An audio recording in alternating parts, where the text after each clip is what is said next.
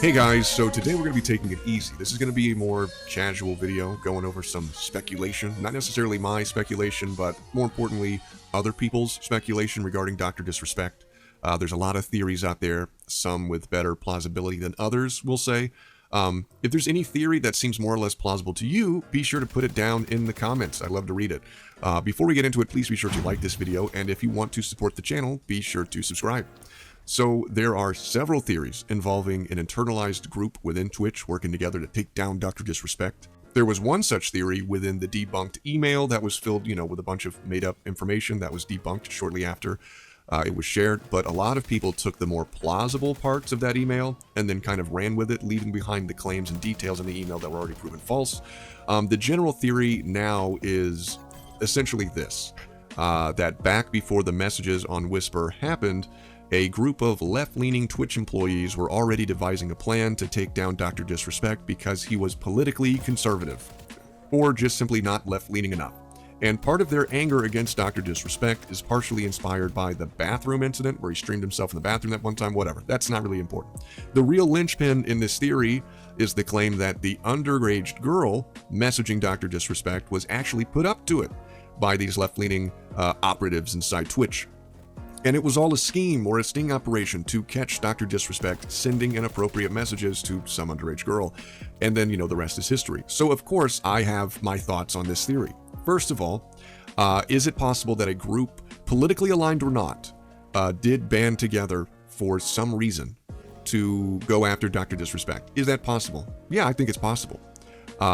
But a group banding together all the way back in 2016, making their alliance purely based on some cultural, liberal, conservative divide, doesn't really make sense when you think about the fact that Dr. Disrespect was never really embroiled in political controversy back in 2016. Like, I don't remember anybody aligning him with one side or the other back then. There was no, political ammunition or context to motivate such a far-left group to identifying Dr. Disrespect in some hardcore right-wing way. They wouldn't have had really much to go off of to inspire them to create such a group for said reasons. But most of the stories claiming Dr. Disrespect is, ultra-conservative or whatever, are like guilt by association pieces, tying him to Nick Merckx, for example. People saying, why would he still be playing with Nick Merckx if he didn't agree with Nick Merckx on trans issues, even though Dr. Disrespect made it clear in another stream that he was accepting of all people, of all races, all sexuality, including people in the trans community, to be welcome to be a part of the Dr. Disrespect community. And again, most of the controversies around Dr. Disrespect, where people were attempting to pigeonhole him politically, started arising around 2020, 2021 to now. So the whole left versus right dynamic surrounding his brand wasn't really a thing back in 2016 that I could find. So that part of the theory, that if there was an anti-Dr. Disrespect group that had formed in Twitch, that they were motivated based on ideological lines drawn in the sand, it doesn't really add up and seems only to be a theory inspired by the political divisiveness that fans are seeing today, and they're trying to project what they see today onto the past to try and make their theory make more sense. Now, is it possible that a group of colleagues joined together and decided one day for some reason to go after Dr. Disrespect? As we said before, absolutely. But is it also just as likely that if a group within Twitch did in fact form together, that they actually did so in 2017 after discovering Dr. Disrespect's messages to a minor?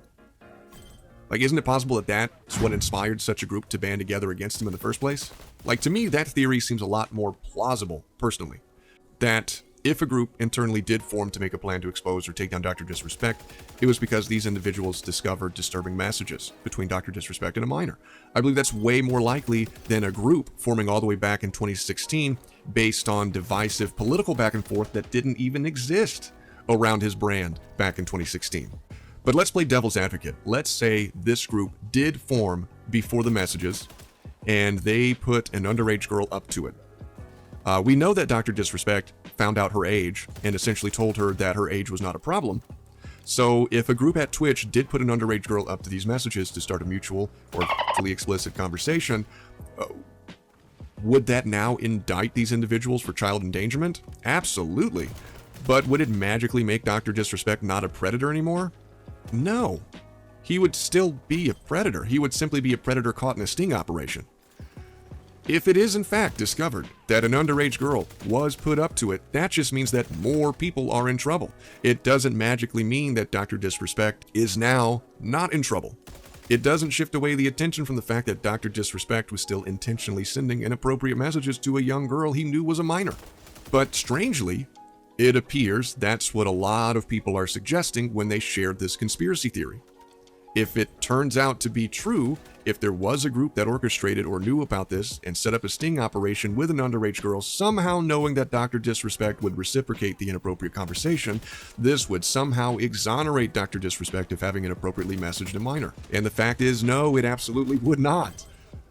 When you watch those, PDF file takedown videos, as we're going to call it, where some 40-year-old man gets caught trying to meet up with what he believed to be a 12 or 13-year-old girl or boy, and then it turns out that it was a sting operation and the police get called, do you celebrate that takedown and arrest of that predator in the video?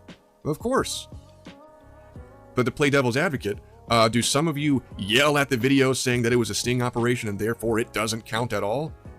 No. The guy in the video was inappropriately messaging someone he believed to be a minor, to include messaging them to meet up. That guy is still a predator, sting operation or not. And that's why when you watch those videos, you have no problem with that individual being arrested. So I don't know why all of a sudden that a lot of people who watch these types of videos and cheer them on are now saying that if it turns out that Dr. Disrespect was in the same situation, it's now somehow different. Now all of a sudden asserting such a sting operation wouldn't count if the older man involved is Dr. Disrespect. As if therefore he's somehow exonerated and didn't do anything wrong. That's not how it works. Again, I'm not against people speculating. I'm not against people waiting for more information. I'm not saying that we have all the information. I'm sure there are more details out there regarding the situation that probably doesn't look good at all. I'm sure there's information that makes Twitch look even worse than they already look. Because right now, they don't look good either. You have tons of employees coming out saying that Twitch hides this type of stuff all the time. But some idiots out there are suggesting that if you can somehow indict Twitch for doing something bad, that somehow magically makes Dr. Disrespect look good. That if you can indict Twitch, for example, covering up predatory messages, that this somehow exonerates one of the streamers whose inappropriate messages they were covering up in the first place? I don't know. That just doesn't sound like it works the way you think it does. Either way, I think Dr. Disrespect is done. But of course, the twists and turns do continue. There's plenty of information that's going to come out that's going to inspire much more speculation beyond this. Recently there was claims that law enforcement may have been called in the beginning of the situation and simply chose not to act or intervene. Not because the messages didn't describe sexual things, but because the situation really wasn't criminal enough for them to invest their time into. The conversations were sexually explicit and inappropriate, but there weren't any pictures sent back and forth, and they hadn't actually met up in person yet. And so a case such as that wasn't considered a priority, which, I guess I can kind of get if you are dealing with other cases that do include the more serious stuff, but to ignore such a case that includes sexually suggestive communications between a 35-year-old man and an underage girl still seems kind of messed up, which in itself could become its own controversy in the near future as more information comes out. But anyways, that's the end of the video. What theories have you guys heard? Or what theories do you have yourself? I want to hear the ones that you guys think are most plausible, but I also want to hear the most ridiculous and goofy theories that are out there as well. Anyways, that's the end of the video. Please be sure to like and comment, and I will catch you guys later.